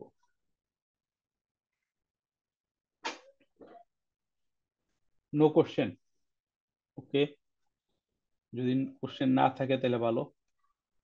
স্যার এখন সাপ্লিমেন্টারি ডিউটি, স্যার আমি একটু হ্যাঁ ইন্টারাপ্ট করি হ্যাঁ স্যার, হ্যাঁ হ্যাঁ বলুন। স্যার সাপ্লিমেন্টারি ডিউটির যে আপনি একটু ক্যালকুলেশন ম্যাথটা একটু দেখাইছিলেন স্যার, ওই ম্যাথটা একটু আবার একটু বলবেন, আমি একটু হ্যাঁ বুঝতে আমার একটু দেখেন সমস্যা হয়েছে, স্যার। দেখেন দেখেন আগে একটু দেখেন, তারপর বলেন কোথায় প্রবলেম। বুঝতে পারছেন না বুঝেন নাই? না বুঝলে বলেন, আর বুঝতে পারলে তার সাবসিকুয়েন্টলি যাব। Selling price minus tax fraction 300, selling price 40 টাকা।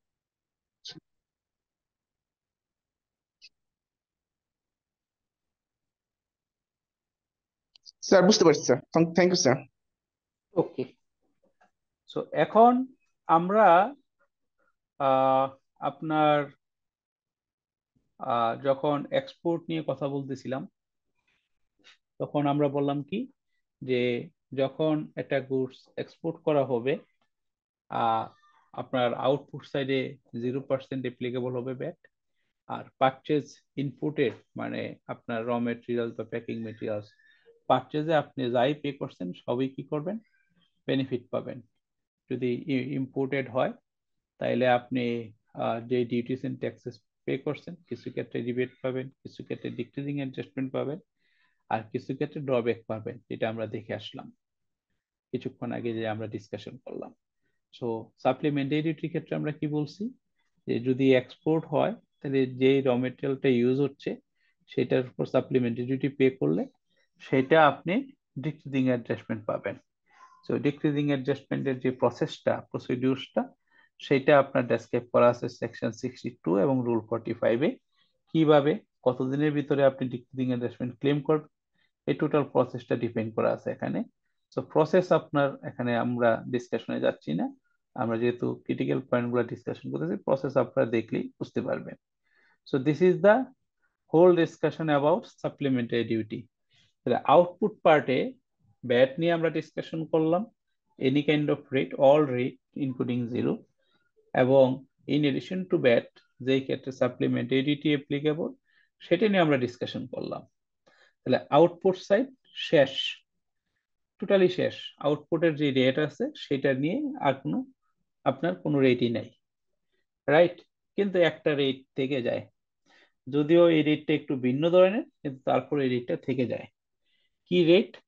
সেকশন 20, একটা সেকশন আছে সেকশন 20 আপনার রিভার্স চার্জ মেকানিজম, যে আপনার ইম্পোর্ট সেবা আমদানির ক্ষেত্রে যে রিসিপিয়েন্ট আপনার রিভার্স চার্জ বেসিসে ভ্যাটটা পে করে সেইটাকে আবার আউটপুটে ডিসক্লোজ করতে হয় due to provisions of the law.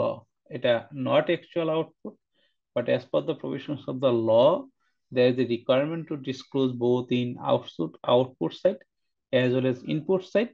So from that perspective we have to say this is output, যেহেতু আমরা আউটপুটে দেখাবো সো এই জন্য আমাদেরকে এটাকে বলতে হচ্ছে আউটপুট।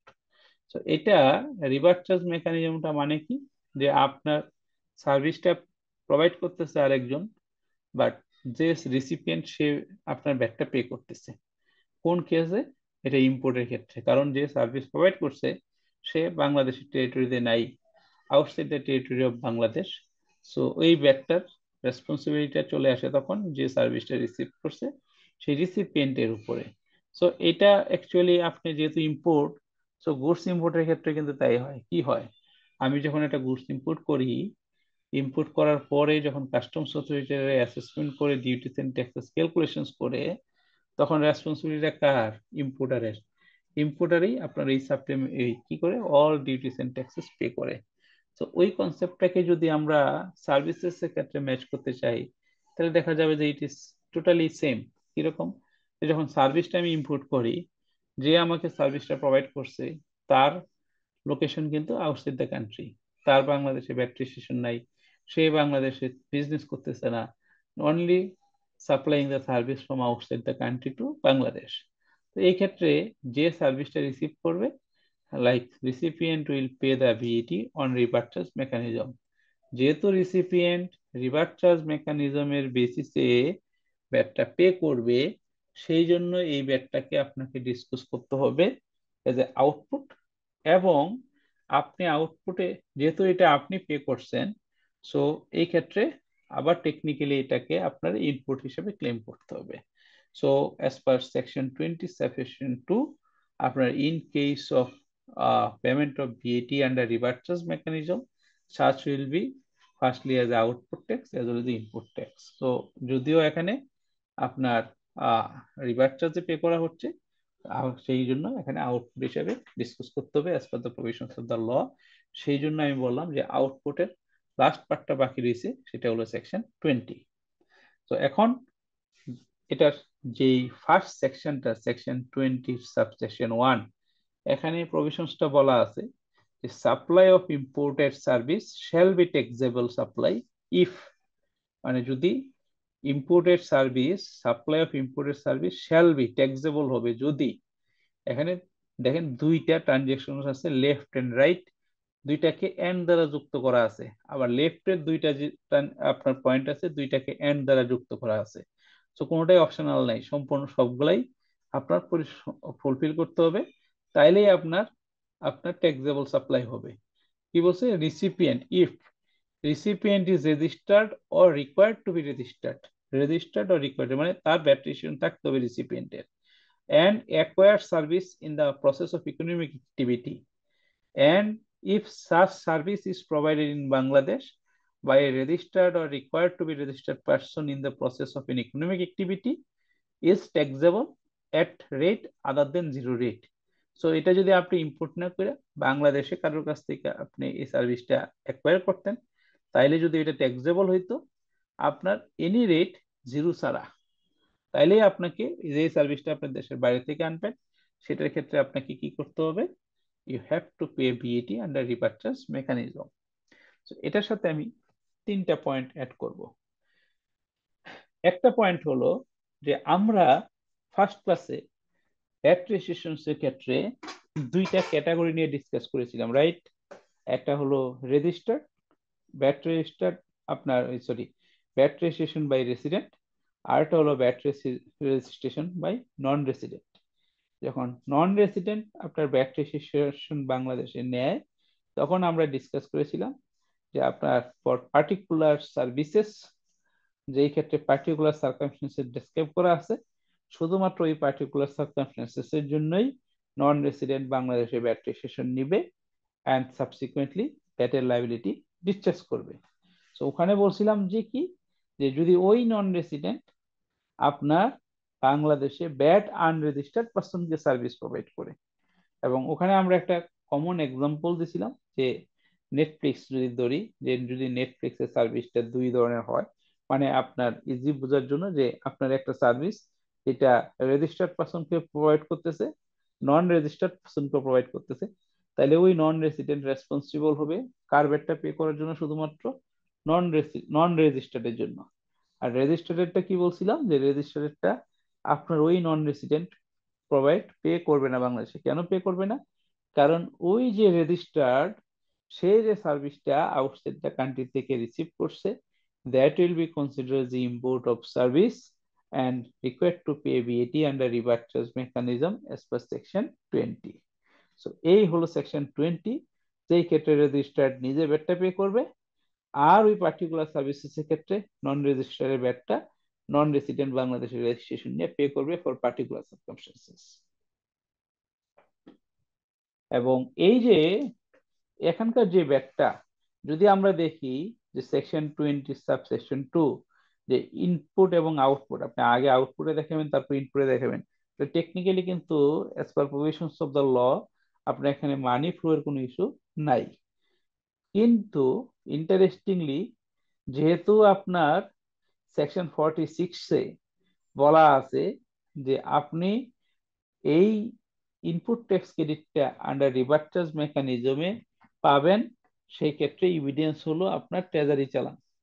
তো এইটাকে আপনার জাস্টিফাই করতে গিয়ে যে যেহেতু কন্ডিশনসে বলা আছে section 46 is the mother section for taking input tax credit, এবং ওখানে বলা আছে ইম্পোর্ট অফ সার্ভিসেস এর ক্ষেত্রে ইনপুট ট্যাক্স ক্রেডিট ক্লেম করার জন্য এভিডেন্স হলো ট্রেজারি চালান। তো তাহলে ট্রেজারি চালান আপনার কোথা থেকে আসবে?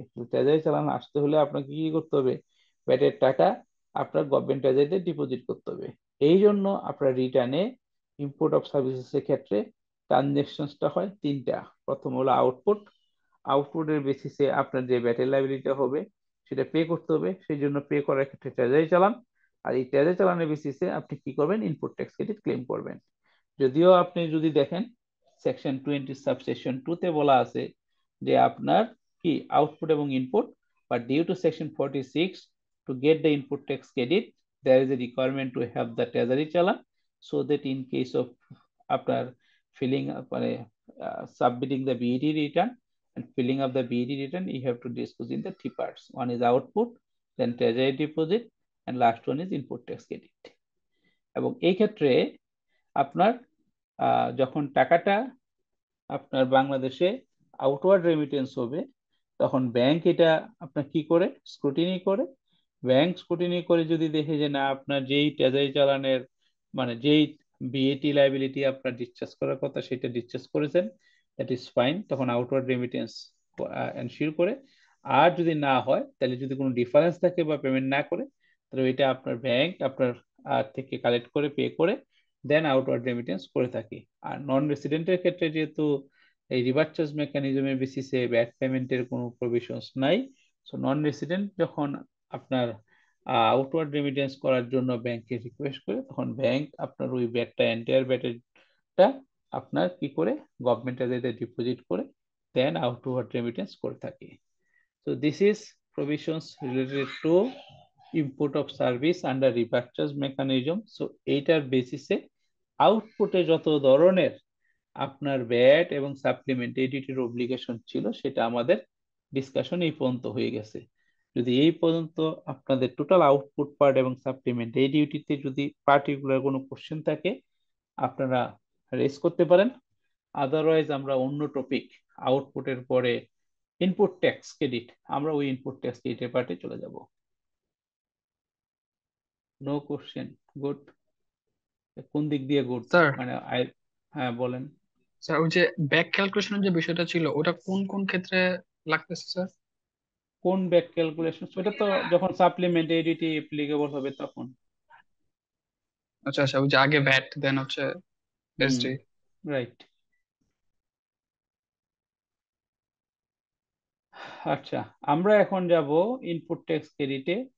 যদিও এটা একদিনে এই সময়ে শেষ হবে না, যতটুকু আমরা শেষ করতে পারি, হ্যাঁ, বাকিটা আমরা নেক্সট ক্লাসে শেষ করব। ইনপুট ট্যাক্স ক্রেডিট,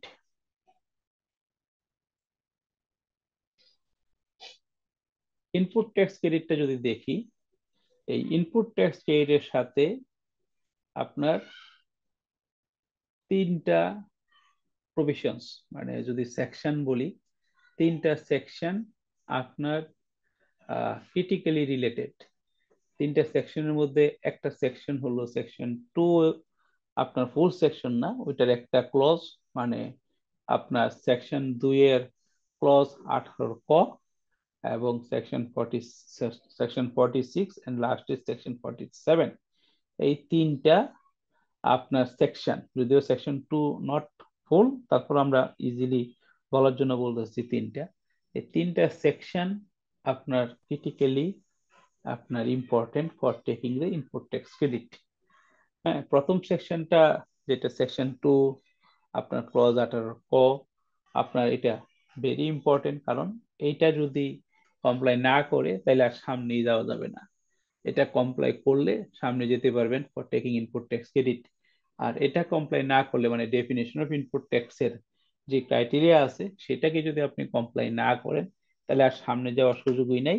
তখন থেকেই আপনার শেষ, মানে আপনার আর ইনপুট ট্যাক্স ক্রেডিট ক্লেম করার আর কোনো আশাই থাকে না।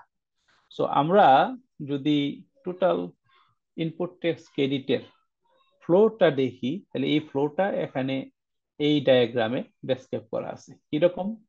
প্রথমে বলা হয়েছে যে input tax paid on input comprising import of or local procurement. তার মানে আপনি input tax paid on input, ইনপুটের উপর ইনপুট ট্যাক্স পেড করলে সেটা ইম্পোর্ট অথবা লোকাল প্রকিউরমেন্ট যে ক্ষেত্রেই হোক না কেন, তাইলে আপনার এটা আপনার কিছু আসতেছে ইনপুট ট্যাক্স ক্রেডিটের ফার্স্ট স্টেজে আসতেছে, যে আপনি ইনপুট ট্যাক্স যেটা ইনপুটের উপরে পেড করছেন সেটা আপনি ইনপুট ট্যাক্স ক্রেডিট হিসেবে ক্লেম করতে পারবেন। তো সেটা হলো ইনপুট হতে হবে, ইনপুট না হইলে হবে না।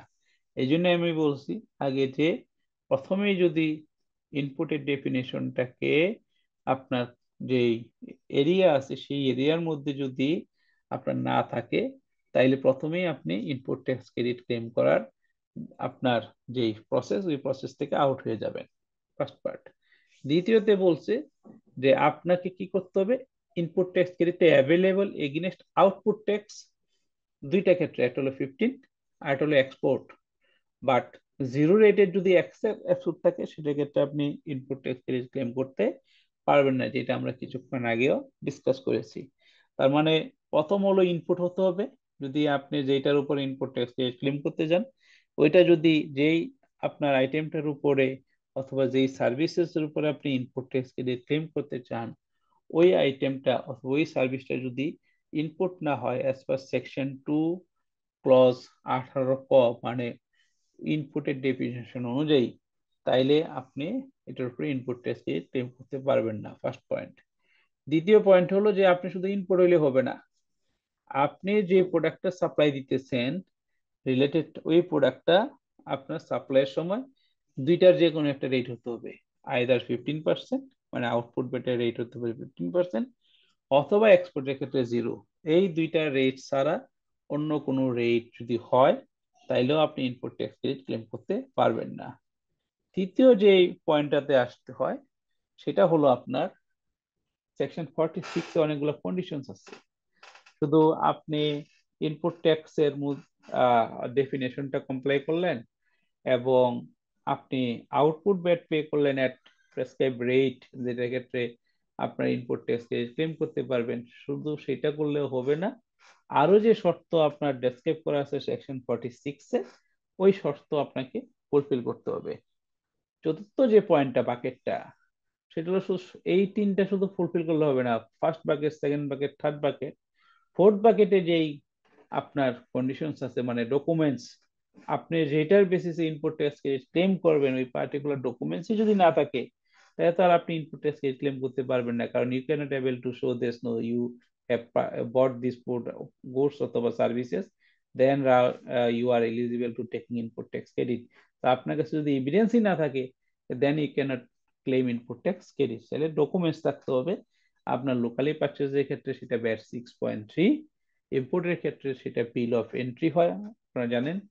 আর টিআর চালান বললাম কোনটা, সেটা হলো ওই যে কিছুক্ষণ আগে আমরা ডিসকাস করলাম সেকশন 20, ইম্পোর্ট অফ সার্ভিসেস ক্ষেত্রে রিভার্স চার্জ বেসিসে আপনার যে ব্যাটের লাইব্রেরিটা আছে সেটা ট্রেজারি চালানে পে করতে হয়, সেইটা হলো টিআর চালান। শুধুমাত্র ইম্পোর্ট অফ সার্ভিসেস এর ক্ষেত্রে টিআর চালান, ইম্পোর্টেড এর ক্ষেত্রে ইম্পোর্ট অফ গুডস এর ক্ষেত্রে বিল অফ এন্ট্রি, আর লোকালি গুডস অথবা সার্ভিস পারচেজের ক্ষেত্রে ট্যাক্স ইনভয়েস ব্যাট 6.3।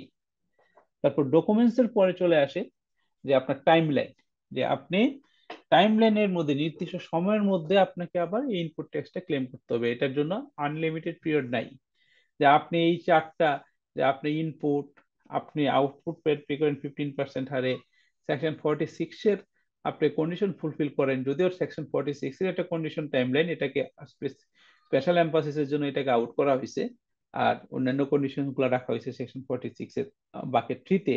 তো টাইমলাইনটা আপনাকে এনশিওর করতে হবে যে আপনি যেই মাসে পারচেস করবেন সেই মাস অথবা তার পরবর্তী 4 মাসের মধ্যে আপনি ইনপুট ট্যাক্স ক্রেডিট ক্লেম করতে পারবেন। এবং এই যে ইনপুট ট্যাক্স ক্রেডিটটা ক্লেম করবেন, সেটা কিভাবে ক্লেম করবেন? সেটা ভ্যাট রিটার্নের মাধ্যমে ক্লেম করবেন, আর অন্য কোনো ওয়ে নাই। কিন্তু একটা ওয়ে আছে, দেখেন নিচে আপনার in current account for specified industries. এটা আপনার আগে আপনার যদি বলি 1991 সালের আইনটা যখন আপনার 30 জুন 2019 পর্যন্ত বলবৎ ছিল, তখন কিন্তু আপনার ইনপুট ট্যাক্স ক্রেডিট ক্লেম করতে হইলে একটা রেজিস্টার মেনটেন করতে হইতো, that is called current account, চলতি হিসাব রেজিস্টার মূসক 18। ওখানে কি হইতো যে আগে আপনার রিবেট নিয়ে গভর্নমেন্টের ট্রেজারিতে টাকা জমা দিয়ে পজিটিভ ব্যালেন্স থাকতে হবে, ব্যালেন্স থাকতে হইতো, তাইলে আপনি গুডস সাপ্লাই দিতে পারতেন। যদি দেখা গেলো যে না, আজকে বৃহস্পতিবার, আপনার কাছে ওই ওখানে বুকে আপনার ব্যালেন্স আছে হয়তো 1 লাখ টাকা, কিন্তু আপনি শুক্রবারে গুডস সাপ্লাই দিবেন 2 লাখ টাকা, তাইলে আপনি সাপ্লাই দিতে পারতেন না, দিলে নন কমপ্লায়েন্স দিত, কারণ আপনার বুকসে 1 লাখ টাকার ব্যাট অ্যাডভান্স পেড করা আছে। আপনি এখন যদি 2 লাখ টাকা দিতে চান, সেটা দিলে 1 লাখ টাকা নেগেটিভ হয়ে যাবে, that is non compliance. So আপনার এই জিনিসটা করতে, সাপ্লাইটা এনশিওর করতে পারতেন না as per provisions of the law. So এটা ছিল ব্যবসার একটা বড় ধরনের হোটেল নেক। এই যে আইন, এই আইনে এটা আবার নাই, জেনারেলি নাই যে আপনি মাস শেষে হিসাব করে আপনি ব্যাটটা পে করবেন, যখন আপনি গুডস সাপ্লাই দিবেন তখন আপনার কারেন্ট অ্যাকাউন্টের সাথে অ্যাডজাস্টমেন্ট করতে হবে না। কিন্তু একটা ইন্ডাস্ট্রির ক্ষেত্রে রয়ে গেছে, সেটা হলো সিগারেট। অ্যাকচুয়ালি সিগারেটের ইন্ডাস্ট্রি টোটাল প্রভিশনস প্রসিডিউরস গুলাই ডিফারেন্ট, যেহেতু এটা স্পেশাল স্কিমের আন্ডারে রান হয়। তো সিগারেট ইন্ডাস্ট্রির ক্ষেত্রে এখনো এই কারেন্ট অ্যাকাউন্টের আপনার অপশনটা রয়ে গেছে অ্যাজ পার প্রেসক্রাইব ফর্ম। আর আদারওয়াইজ সকল ক্ষেত্রে আপনি ইনপুট ট্যাক্স এটা ক্লেম করতে হয় থ্রু ভ্যাট রিটার্ন। তো তার মানে অ্যাজ এ সামারি হোল, আপনাকে এখানে এই যে 6টা বাকেটের যে কন্ডিশন গুলো আছে, এই 6টা বাকেটের কন্ডিশন গুলা আপনাকে ফুলফিল করলে লাস্টে গিয়া then you are allowed to take input tax credit. তো এটা হলো নাটশেল সামারি ইনপুট ট্যাক্স ক্রেডিটের। এখন আমরা প্রথম ধাপ, যে ইনপুট হইতে হবে, তাহলে ইনপুট হইতে হইলে কোথায় যেতে হবে? ইনপুটের যে ডেফিনেশন আছে সেকশন 2 এর ক্লজ 18 ক, সেটা আমাদেরকে দেখতে হবে। তাহলে এই ডেফিনেশন অফ ইনপুট যেটা আছে সেকশন 2 এর আপনার ক্লজ 18 ক তে, আপনার এই ডেফিনেশনটা 3টা ভাগে ডিভাইড করা। প্রথমে হলো আপনার কোনগুলা ইনপুট। এখানে আপনার বলা হয়েছে 8টা আইটেম আছে যেগুলাকে বলা হয়েছে input. Input means raw materials, laboratory reagent, laboratory equipment, laboratory accessories, fuel, packing material, services, machine and spare parts. এই যে 8 ধরনের আইটেম আছে, এই 8 ধরনের আইটেমকে উপকরণ হিসেবে বলা হয়েছে। তো আপনি যেই প্রোডাক্টটা পারচেস করবেন অথবা সার্ভিসটা যদি এই 8 ধরনের এলিমেন্টের মধ্যে আপনার পড়ে যায়, তাহলে আপনি এটাকে ইনপুট হিসেবে আপনি কনসিডার করতে পারবেন। তাহলে প্রথম ধাপের প্রথম বাকেটে যে কন্ডিশন ছিল সেই কন্ডিশনসটা ফুলফিল করতে পারলেন। তো শুধু প্রথম না, প্রথম bucket, second bucket, third bucket, fourth bucket, fifth bucket, six bucket, এইভাবে 6টা বাকেট ফুলফিল, 6টা বাকেটের কন্ডিশন ফুলফিল করেই কিন্তু আপনি লাস্টে গিয়ে ইনপুট ট্যাক্স ক্রেডিটটা ক্লেম করতে পারবেন। তো যখন প্রথম বাকেটের কন্ডিশন হলো ইনপুট হইতে হবে কিনা, তাহলে ডেফিনেশনের যে এলিমেন্ট গুলো আছে সেগুলোর মধ্যে পড়লেই শুধু ইনপুট হবে, নাইলে নো, আদারওয়াইজ নো। তাহলে এই ডেফিনেশনের এই 6টা এলিমেন্টের মধ্যে যদি আপনি পড়েন ফার্স্ট, তাহলে আপনি ইনপুট হইতে পারবেন। এখানে একটা দেখেন, আমরা এখানে একটা ইয়েলো মার্ক করে রাখছি যে ITC on goods not specified as input promotional item. এখন আমরা অনেক সময় দেখি না যে একটা প্রোডাক্ট কিনলে, এবিসি প্রোডাক্ট কিনলে এটার সাথে বালতি ফ্রি, মগ ফ্রি। তাহলে এই বালতিটা, মগটা যখন আমি পারচেস করছি আপনাকে ফ্রি দেওয়ার জন্য, তাহলে এই বালতি আর মগটা পারচেস করার সময় আমি ব্যাট পে করছি, কিন্তু এই বালতি এর মগটা কি আমার আমার প্রমোশনাল আইটেম। এটা কিন্তু এখানের এই 6টা আইটেমের কোনোটা দিয়ে পড়ে না। এটা আমার র মেটেরিয়ালসও না, এটা ল্যাবরেটরি রিএজেন্টও না, ল্যাবরেটরি ইকুইপমেন্টও না, ল্যাবরেটরি অ্যাক্সেসরিজও না, ফুয়েলও না, প্যাকিং মেটেরিয়ালও না, সার্ভিসেসও না, মেশিনারি এন্ড স্পেয়ার পার্টসও না। তাইলে আমাকে কি করতে হলো? আমি ব্যাট পে করে পারচেস করলাম, বাট এই 6টার মধ্যে কোনোটা দিয়ে পড়লো না। তো আমি যে ব্যাটটা পে করলাম সেটা আমি এই ইনপুট হিসেবে কনসিডার করতে পারবো না, অ্যাকর্ডিংলি আমি রিবেট পাবো না, কারণ আমার এই ইনপুটের ডেফিনেশনে যে 6 ধরনের এলিমেন্ট আছে সেখানে কোনটাতে আমি এটাকে ক্যাটাগরাইজ করতে পারি নাই। এই হলো ফার্স্ট ধাপ।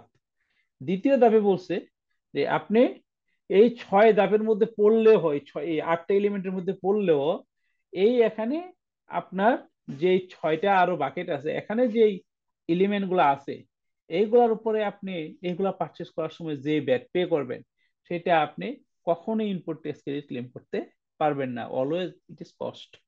প্রথমটাতে বলা আছে labour, land, building, office equipment and fixture, building or infrastructure or establishment construction, balancing, modernization, replacement, expansion, renovation and repairing. So এইগুলাতে যে আপনি কখনোই ইনপুট ট্যাক্স ক্লেম করতে পারবেন না। দ্বিতীয় বাকেটে কি বলা আছে, all kinds of furniture, office supply, stationeries, refrigerator and freezer, air conditioner, fan, electric equipment, generator, purchase or repairing। তাহলে এইগুলার আপনি পারচেস করলেন, স্টেশনারিজ পারচেস করলেন, অফিস সাপ্লাই পারচেস করলেন, ফার্নিচার পারচেস করলেন, আপনার বিজনেসের জন্য কিন্তু পারচেস করলেন। বাট এই যে ডেফিনেশন অফ ইনপুটের এখানে যে এক্সক্লুশন বলা আছে, মানে এগুলা নেগেটিভ লিস্ট হিসেবে কনসিডার করা আছে, সেই জন্য আপনি এগুলোর উপরে ইনপুট ট্যাক্স ক্রেডিট ক্লেম করতে পারবেন না। থার্ড ব্র্যাকেটে বলা আছে interior design, architectural plan and design. Fourth ব্র্যাকেটে বলা আছে vehicle purchase, rental and lease. Fifth ব্র্যাকেটে বলা আছে travel, entertainment, staff welfare, development activities and related goods or services thereto. Last ব্র্যাকেটে বলা হয়েছে rent of premises of business organisation, office, showroom or similar places call by whatever name. তাহলে এখানে যেই service গুলা বা গুডস গুলা এখানে ডেসক্রাইব করা আছে, এগুলা যেহেতু আপনার এক্সক্লুশন লিস্টে আছে as per definition of input, তাহলে আপনি কি করতে পারবেন না, এই এলিমেন্ট আইটেম গুলোর উপরে বা সার্ভিস গুলোর উপরে পারচেস করার সময় আপনি ব্যাট ঠিকই পে করবেন, কিন্তু ইনপুট ট্যাক্স ক্রেডিট হিসেবে ক্লেম করতে পারবেন না। এটা হলো ডেফিনেশন অফ ইনপুটের সেকেন্ড পার্ট। থার্ড পার্ট যেটা আছে ডেফিনেশন অফ ইনপুটে, এটা পার্টিকুলারলি ফর হলো আপনার এই ট্রেডারদের ক্ষেত্রে। সো ট্রেডারদের ক্ষেত্রে বলা হয়েছে input for trader in case of conducting business. এখানে বলছে যে যে গোষ্ঠী আপনি পারচেস করবেন সেটা হয়তো ইম্পোর্ট করে পারচেস করতে পারেন, ইম্পোর্ট করে আপনি অ্যাকোয়ার করতে পারেন, পারচেস করে অ্যাকোয়ার করতে পারেন, আদারওয়াইজ কালেক্ট করতে পারেন, উইদাউট চেঞ্জিং এনিথিং। আপনি যখন বিক্রি করবেন ওই গুডস এবং সার্ভিস, এটার পার্টিকুলার যে রিলেটেড সার্ভিস, এগুলাকে আপনি ইনপুট হিসেবে কনসিডার করতে পারবেন ইন কেস অফ ট্রেডার, মানে ব্যবসায়ী ক্ষেত্রে। তার মানে ব্যবসায়ী ক্ষেত্রে হলো উপকরণ হলো আপনার যেই গুডসটা পারচেস করে বিক্রি করবেন সেই গুডসটা, আর আপনার সার্ভিসেস রিলেটেড যে সার্ভিস আছে এই সার্ভিসগুলো ব্যবসায়ীদের ক্ষেত্রে উপকরণ হিসেবে ট্রিট করা হবে, আর অন্য কোনো কিছু না। আর অন্য কোনো কিছু কিন্তু ব্যবসায়ীদের ক্ষেত্রে দরকার হয় না। যেই গোষ্ঠটা সে কেনা বেচা করবে সেই গোষ্ঠটা তার মেইন আইটেম, আর এই সার্ভিস দিতে গেলে তার মানে এই গোষ্ঠটা সাপ্লাই করতে গেলে তার যে সার্ভিস রিলেটেড আছে সেগুলা, যদি এই সার্ভিসগুলা নেগেটিভ লিস্টে, এই যে প্রিভিয়াস আপনার দেখে আসলাম যে স্লাইডে, এই নেগেটিভ লিস্টের মধ্যে না থাকলেই হলো। তাহলে this is the definition of input. এই ইনপুটের মধ্যে যদি হয় তাহলে আপনার ফার্স্ট ক্রাইটেরিয়া ফুলফিল করলেন, দেন আপনি সেকেন্ড ক্রাইটেরিয়াতে যাবেন, মানে সেকেন্ড ব্র্যাকেটের কন্ডিশনসে যাবেন। তাহলে এখানে আমরা একটা এক্সাম্পল দিয়ে দেখালাম যে আপনি প্রমোশনাল আইটেম পারচেস করতেছেন, বাট এখানে যে 8 ধরনের এলিমেন্ট আছে এই 8 ধরনের এলিমেন্টের মধ্যে কোনোটাকে ক্লাসিফাই করা যাচ্ছে না, সো দ্যাট আপনাকে কি করতে হচ্ছে, আপনাকে এই আইটেমটার উপরে ব্যাট পে করতে হচ্ছে during purchase, but you are not allowed to take input tax credit. So এই ডেফিনেশন যেটা যেরকম আছে, এটার একটা আরেকটা, যেহেতু ইনপুট ট্যাক্স ক্রেডিট, তো ইনপুট ট্যাক্সের একটা ডেফিনেশন আছে অ্যাজ পার সেকশন 2 ক্লজ 19 এ। তো ইনপুট ট্যাক্সের যে ডেফিনেশনটা, এটা ইনপুটের উপর যে ট্যাক্সটা দিবেন মানে ব্যাটটা পে করছেন সেটাকেই আসলে ইনপুট ট্যাক্স হিসেবে কনসিডার করা হয়েছে, কিন্তু এটাকে দুইটা ভাগে ভাগ করা হয়েছে। একটা ভাগ করা হয়েছে আপনার ইম্পোর্টের ক্ষেত্রে, আর একটা ভাগ করা হয়েছে হলো আপনি লোকালি যদি পারচেস করেন। ইম্পোর্টের ক্ষেত্রে বলা হয়েছে কি, VAT except advance tax paid at import stage against imported goods and services as input। যে আপনি ইনপুট যদি কোনো ইম্পোর্ট করেন, যে ব্যাটটা ইম্পোর্ট স্টেজে পে করবেন এক্সেপ্ট এটি, এটির ক্ষেত্রে কিন্তু আমরা আগেই বলে আসছি যে এটি কখনো রিবেট হয় না, এটি হয় ডিক্রিজিং অ্যাডজাস্টমেন্ট। এই জন্য ইনপুট ট্যাক্সের যে ডেফিনেশনটা আছে ওখানে এটিটা নিয়ে আসা হয় না। ওখানে যদি নিয়ে আসা হইতো এটি, তাহলে তো আপনি আবার রিবেট পাইতেন, সেই জন্য এখান থেকে এক্সেপ্ট এটি বলা হয়েছে। এটা হলো ইম্পোর্টেড ক্ষেত্রে।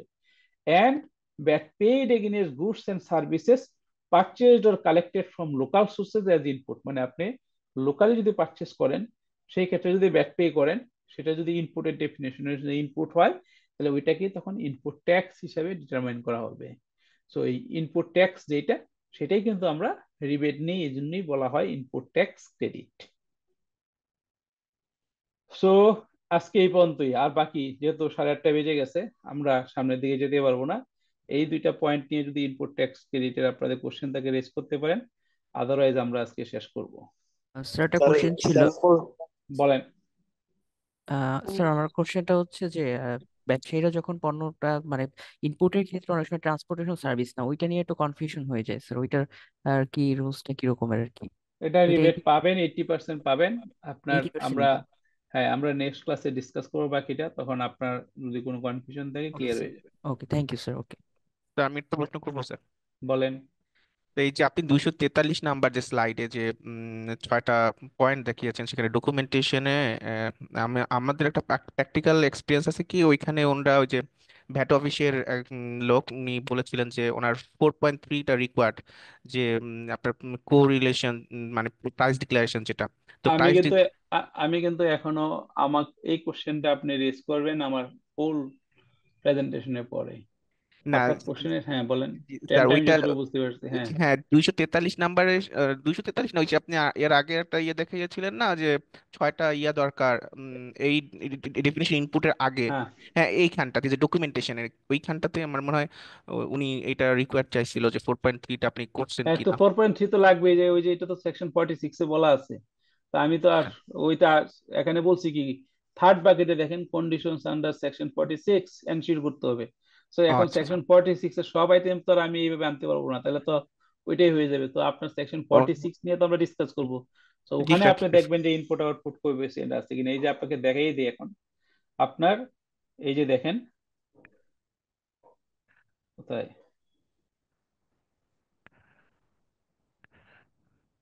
আপনার এই ইনপুট,